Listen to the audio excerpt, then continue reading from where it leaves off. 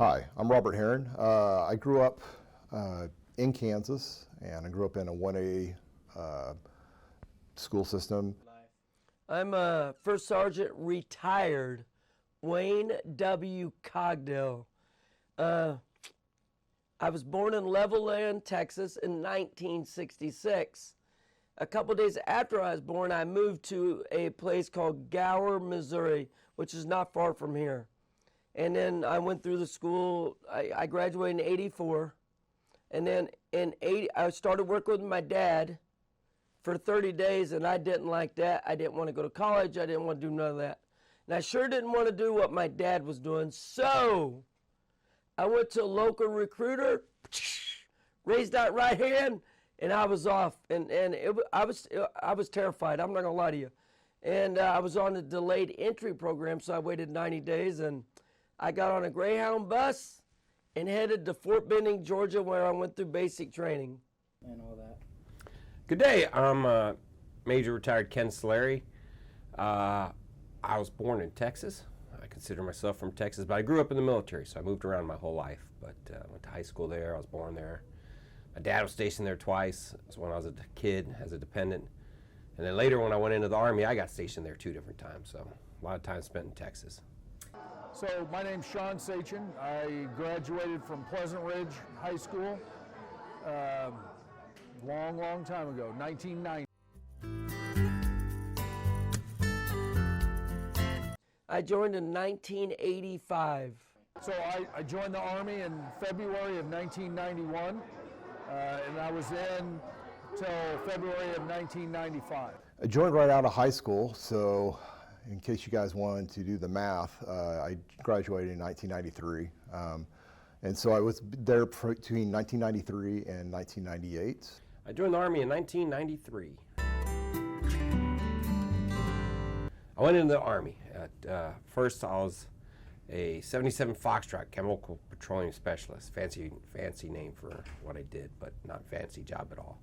Then later, after going to college, I came back in. I was still in the Army, but I was an officer in the Military Police Corps.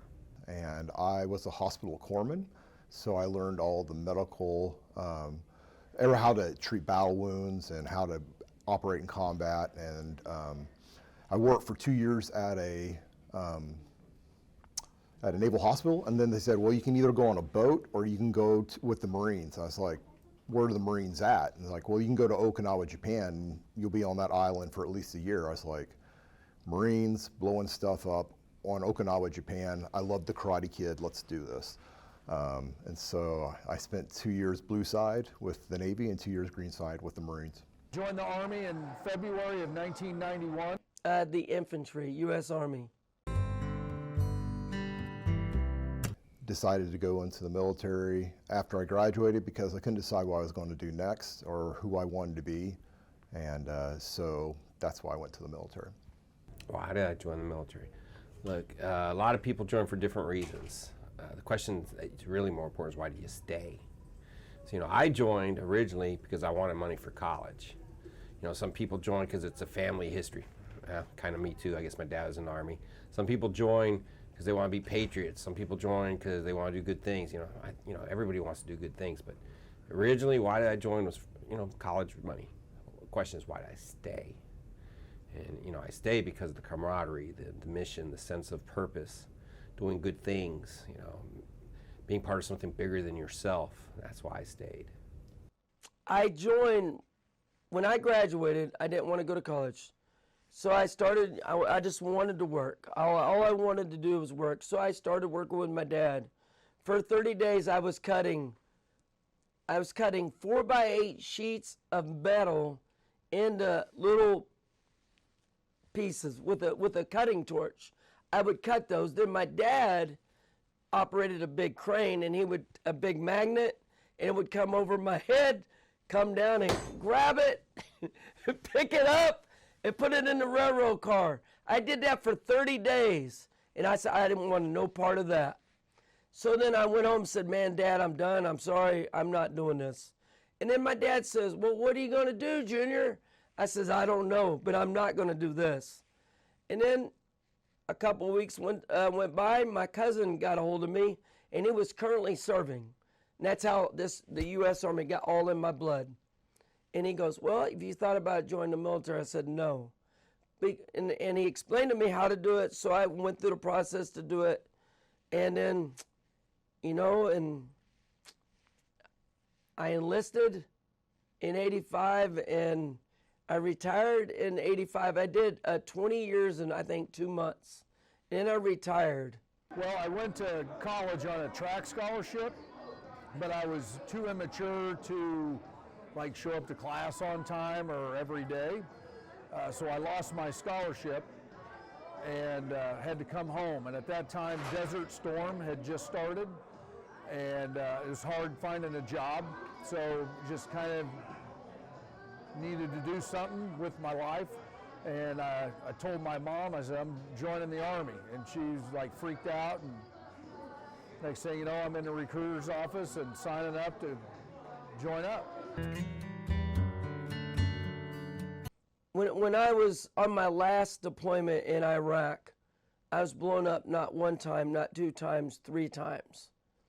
And when you clear customs when you leave the theater to come back to the United States, they always tell you can't bring stuff back. Well, the first time I was blowing up, we were ambushed too. So what I did was I took this shrapnel, I dug it out of my truck, and I brought it back with me. And I keep this in my desk every day to say I'm blessed. I'm very blessed. In theory, I shouldn't be here.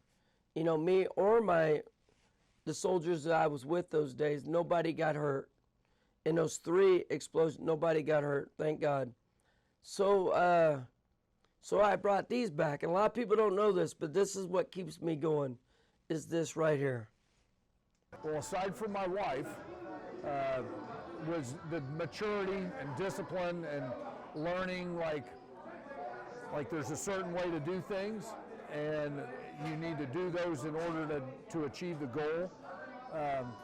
Teamwork. I mean, there's so many things that I brought back, but the most big thing was maturity, being able to do that, because then I went back to school after and was able to be successful. So, I learned to be flexible in the military. So I find that a lot of times people make a lot of big plans, but things don't always go according to plans. So you got to be flexible in life.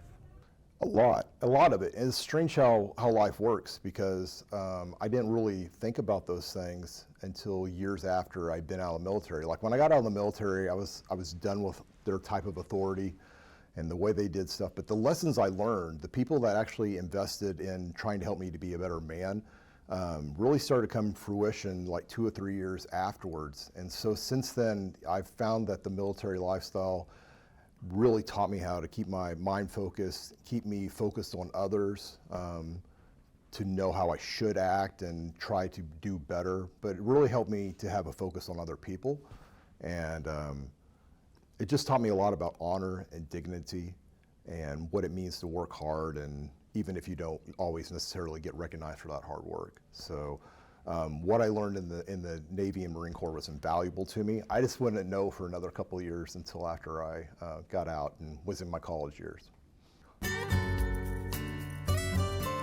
My wife's a teacher, and we always had plans of us both being teachers. Once I retired, I like the idea of continuing to give back to the community.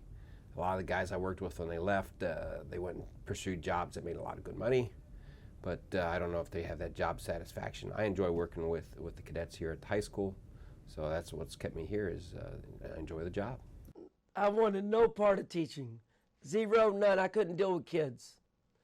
So I'm in my last couple weeks in Iraq. A major that retired before I went to Iraq, he found out I was retiring. The only reason I retired was because of my youngest son. The only reason that I wanted to spend more time with him, because I didn't get to spend a lot of time with my oldest son. So the major sends me an email, congratulations, you're about to retire and stuff, and says, so what are you going to do when you retire? So I responded back to him. I said, I don't know what I'm going to do yet. So he responded back to me and goes, First Sergeant, what about JROTC? And I responded back and I said, what is that? You know, I served for 20 plus years. I didn't know there was such a thing as JROTC. I knew there was ROTC, not JROTC. So I responded back, what is that? And he responded back to me. He goes, those, you know, put you in a high school and you motivate students. And I'm like, this guy? I can't do that. He goes, well, you got to flip the switch. You can't be like you are now, you know, working with kids and stuff. So I went through the interview process. I got hired at Clinton High School in Clinton, Missouri, is where I started in 2005. I spent 3.5 years. Then Lieutenant Colonel Black was the SAI here. He brought me into Leavenworth, and he gave me free reign. He said, first, I want you to have the Raider team. And then I didn't know I was getting a drill team, but I inherited the drill team too. So when I look back on it, it was an amazing decision that I made, because I have the best job in this school, the community. There's nothing that motivates me more than motivating youngsters and winning. Winning to me is everything. There's nothing that better than to take a group of kids and go do it. Just go win. You know, beat the other 300 whatever schools there are competing. I just want our students to be winners. And I stress winning all the time because life is about winning. Life is about winning. And that's why I stress it so much to you guys. What? Well, I didn't right away. After I got out, I became a mailman, and I was a mailman for 2, maybe 3 years. And then somebody at work had, there was a coaching job open, and they said, I think you'd make a good coach. Like, we have a coaching job open, why don't you apply for it? So I did. I applied for the job. I didn't get it. But a few weeks later, maybe a month later, another job within that school, another coaching job within that school came open, and they called me and asked me to come in and interview. So I did, and they actually gave me the job. And it was coaching basketball, ironically. And then once I kind of got done with the season, I remembered like the most influential people in my life other than my parents were my coaches and teachers that I had. So I decided, you know, that's what I wanted to do with the rest of my life. So I quit the post office and went back to school, and that was 1998, 99. So I've been doing this ever since. At some point, I think I had a traumatic head injury of some sort, and I thought that becoming a teacher would be a good idea. Actually, that's just false. When I got out, I didn't want to be a teacher. Matter of fact, if you had talked to me in '98 when I got out, I would be like, I'm never going to hang out with teenagers, and I will never teach. And I repeated that for a long, long time until after a while of me trying to do various things and really not feeling very happy about it, I kind of caved a little bit and said, well, I did kind of want to be a teacher at one time, so maybe I should. And so I just finally committed to it, I think in 2010, and started taking, working 40, 50 hours a week and then taking classes in between. And oh my gosh, it was so much work. And now I'm a teacher, for better or for worse.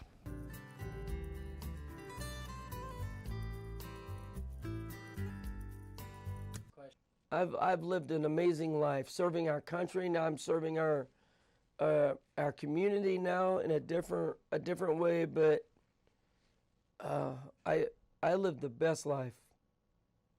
The best life. All I want to do is make a difference. That's all I want to do. For better or for worse. Pretty much, I just don't know how that change would affect things, I mean, I like who I am. I love my wife and my kids. I'm glad I have this job. I'm pretty grateful for where I'm at.